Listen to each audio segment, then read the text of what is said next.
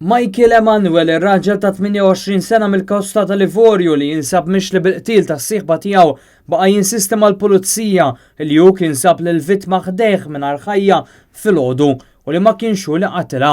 Ftit tal-ħin wara waqt l-interrogazzjoni kien qal lill-pulizija li l-vittma Maria Lourdes Agius ftit qabel ma mietet qaltlu biex jagħmel il-kurċifiss monqa u li xtaqet tmut biex hu jibda jgħix ma' mara oħra għax kien ħaqqu jgħix ħajja aħjar milli kienet jgħix magħha. Dan ħareġ meta l-erba' kompla l-ġuri fil-konfront ta' Emanuel biex ikun magħruf jekk waqt id-delitt kienx fi stat mentali ta' ġenn. Fl-awla kriminali preseduta mill-imħallef Consuelo Sherry Herrera, il-ġurati segwew filmati tal-interrogazzjoni li saret fil-15 ta' Settembru fil-konfront ta' Emanuel. Fil-qorti ħareġ li l-vittma kienet taf li kellu grazzja ma' mara minn Marsa Xlok u li ta' spiss kien imur ifittixa imma skontu qatt ma ltaqa' magħha.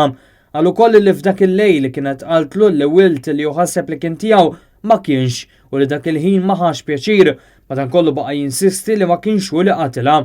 Waqt l-istqarrija beda biex jgħid li kien iltaqa' ma' Maria Lourdes Agius f'San Ġiljan u hemm kien offrilha 60 euro biex ikollu x'jaqsam magħha u hi aċċettat.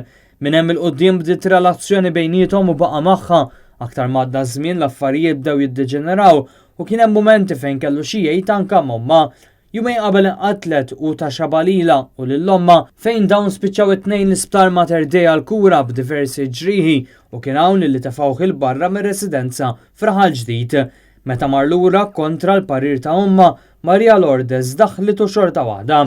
Emanuel kien wasal Malta bħala immigrant fid-29 ta' Marzu tal-2011 u kien ilu jgħix mal-vittma għal kważi 4 snin. Minna u kellu 2 mis-7 tfal tal-vittma.